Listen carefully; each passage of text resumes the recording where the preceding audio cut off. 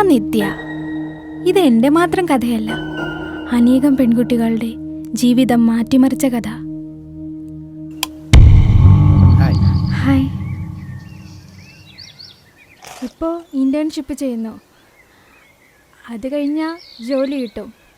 കല്യാണം കഴിഞ്ഞും അത് തുടരണമെന്നാണ് എൻ്റെ ആഗ്രഹം. അതിനെന്താ, അതൊക്കെ നിത്യയുടെ ചോയ്സ് അല്ലേ. ഞാൻ അതിനൊന്നും തടസ്സം നിൽക്കത്തില്ല.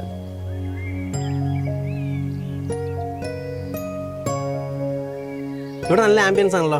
ഞാൻ ഒരു പിക്ചർ എടുത്ത് തരാം. ഇത് എങ്ങോട്ടേക്ക്? ഇങ്ങോട്ടൊന്നോ?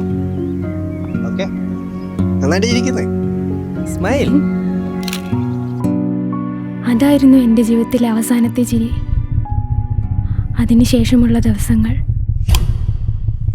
അല്ല, കല്യാണം കഴിഞ്ഞിട്ട് ഇത്രയും നാളായില്ലേ, ഇനിയും ഇങ്ങനെ ലീവ് എടുത്താൽ എന്നെ ജോലിയിൽ നിന്ന് പിരിച്ചുവിടാനുള്ള ചാൻസ് ഉണ്ട്. എന്തിനാ ഇപ്പം ജോലിക്കൊക്കെ പോയിട്ട്? ഞാൻ സമ്പാദിക്കുന്നുണ്ടല്ലോ. തൽക്കാലം മോളിപ്പോൾ ജോലിക്കൊന്നും പോകണ്ട, വീട്ടിൽ തന്നെ ഇരിക്കുക. നമ്മളിത് സംസാരിച്ചിരുന്നല്ലേ, ഇപ്പം എന്താ ഇങ്ങനെ? കല്യാണത്തിന് മുമ്പ് ഞാൻ അങ്ങനെ പലതും പറഞ്ഞിട്ടുണ്ടാവും. അതൊക്കെ അന്ന്.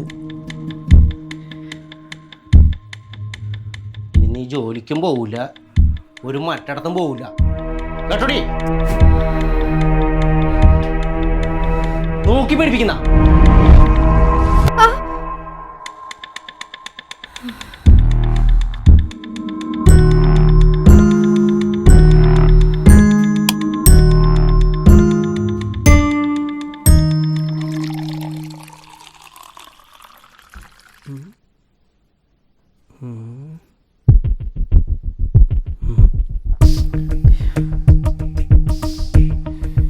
ഫുഡൊക്കെ ശ്രദ്ധിച്ചുണ്ടാക്കണ്ടേ മോളെ?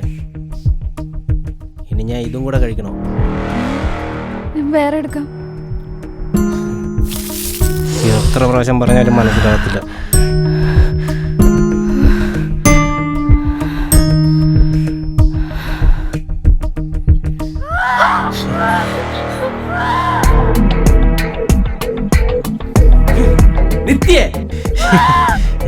എത്ര വട്ടം പറഞ്ഞിട്ടുള്ളതാ മോളെ, ഡ്രസ്സൊക്കെ അയൺ ചെയ്ത് വെക്കണ്ടേ? എങ്ങനെയുണ്ട്?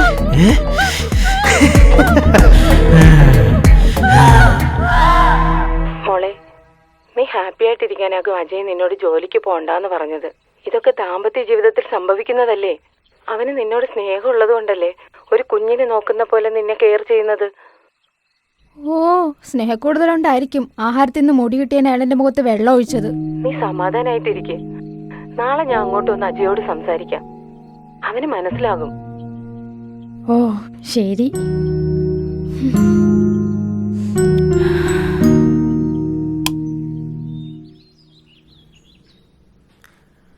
നോക്കിക്കാതെ പോയി ചായ എടുത്തിട്ട് വാ.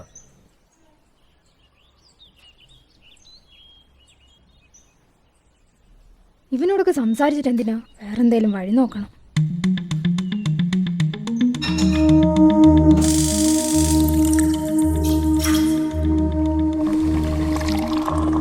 അമ്മേ,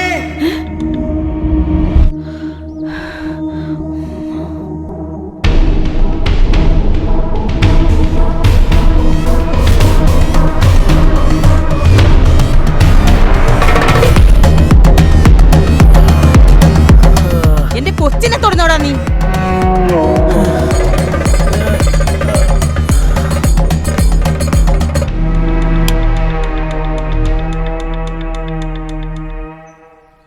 മോനെ, നിത്യേ ഒരു കമ്പെടുത്ത് പോലും ഇന്ന് വരെ ഞങ്ങൾ തല്ലിയിട്ടില്ല. ദേഷ്യം വരുമ്പം തല്ലിയെന്നൊക്കെ വരും. അമ്മ അത് വിട്ടേക്ക്. അവളുടെ അച്ഛനെ പോയിട്ടുള്ളൂ, അമ്മ ഇവിടെ തന്നെ ഉണ്ട്.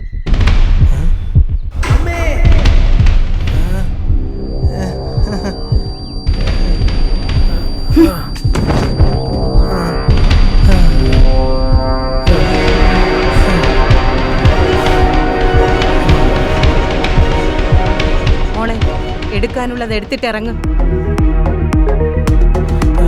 ഇവളെ ഞാൻ കൊണ്ടുപോവാണ്, നീ ഇനി പുറകെ വന്നേക്കരുത്.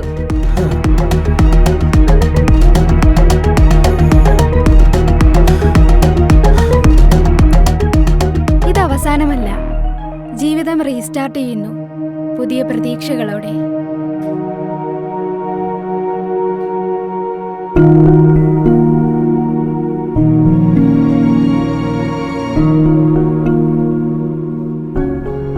മറന്നുപോയതൊക്കെ നീ കൊടുത്തിട്ട് വാ.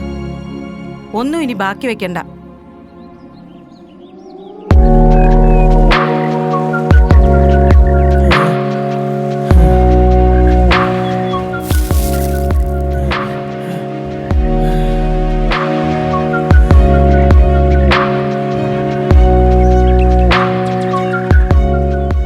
ഒരു സ്ത്രീയുടെ നിശബ്ദത ഒരിക്കലും അവളുടെ ദൗർബല്യമല്ല, അവളുടെ ശക്തിയുടെ ജനനം മാത്രം.